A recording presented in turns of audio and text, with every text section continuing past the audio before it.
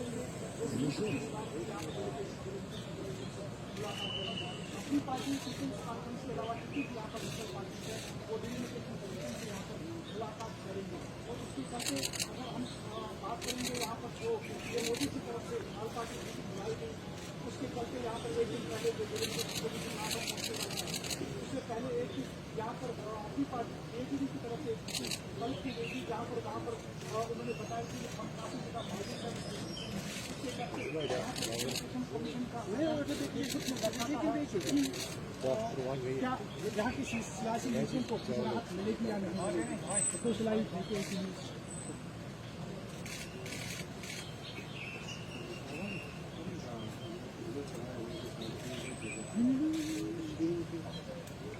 देखिए, जम्मू कश्मीर में 5 अगस्त 2019 से जो एक सिलसिला शुरू हुआ है 370 और 35A के एब्रोगेशन के साथ ही, तब से अभी तक जितने भी इकदाम सरकार की तरफ से लिए गए हैं वो कहीं ना कहीं उसमें झलक रहा है कि जो जम्मू कश्मीर के आवाम है उनको उनके डिसम्पावरमेंट की तरफ वो लेके जा रहा है।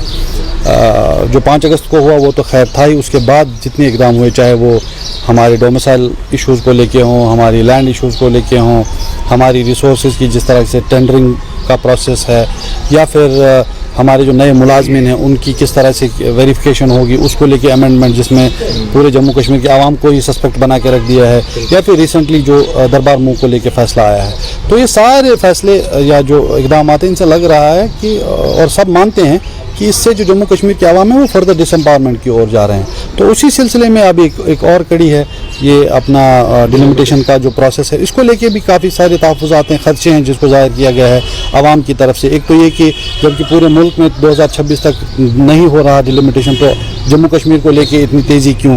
साथ ही ये मसला कि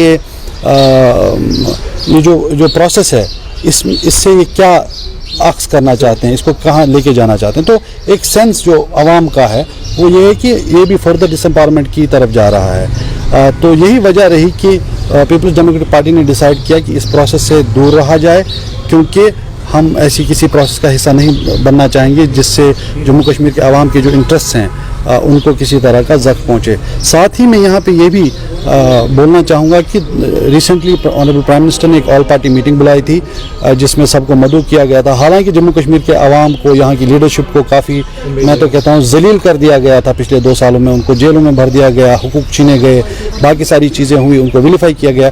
लेकिन उससे जो पर्सनल एक हर्ट होता है उसको दरकिनार करते हुए, उसको साइड में रखते हुए ये डिसीजन लिया गया था कि पार्टी उसमें हिस्सा लेगी, ताकि अगर इससे कोई उम्मीद पैदा हो कि जम्मू कश्मीर के आवाम की जो ज़िंदगी है, जिस परेशानी और मुश्किलात से वो दो चार हैं, उसमें उनको किसी तरह का रिलीफ मिल सके, तो उसके लिए उसमें पार्टिसिपेट किया गया। और उस पार्टिसिपेशन में स्पेसिफिकली कुछ पॉइंट्स रखे गए जिनके बारे में हमने ये कहा कि ये चीज़ें हैं जो इमीडिएटली करनी चाहिए, जिससे जो आवाम है उनकी लाइफ में थोड़ी सी रिलीफ आए, और साथ ही जो एक ट्रस्ट का डेफिसिट है जम्मू कश्मीर का आवाम और जो सेंट्रल गवर्नमेंट है, जो उनके बीच में ट्रस्ट डेफिसिट है, उसमें थोड़ा सा ईज आउट हो सके, आइस ब्रेकिंग हो। लेकिन तब से अभी तक हमने देखा कि उनमें से किसी चीज़ पे कोई फॉरवर्ड मूवमेंट नहीं हुई, ऐसी कोई चीज़ नहीं हुई जिससे ये आदमी समझे कि कुछ हो रहा है फॉर द मोमेंट। और इसी बैकग्राउंड में बजाय इसके तो खैर उसके बाद नए कुछ ऑर्डर्स आए, जैसे दरबार मुक्का ऑर्डर है तो उसके बाद आया। तो ये सारी चीज़ों को कंसिडर करते हुए पार्टी ने इस पे व्यू लिया, कंसिडर्ड व्यू लिया डिस्कशंस के बाद कि इस प्रोसेस से दूर रहना चाहिए, और इसको लेके डिलिमिटेशन कमीशन को पार्टी की तरफ से एक डिटेल्ड लेटर भेजा गया, और जिसमें ये सारी चीज़ें मेंशन की गई कि हम इससे दूर रहेंगे, क्यों रहना चाहते हैं वो भी एक्सप्लेन किया गया। So मैं आपसे एक बात जानना चाहता हूँ। They have already a preconceived plan and this is just a rubber stamp that they are going to do by involving political parties. How do you see it? See, I have said it earlier as well.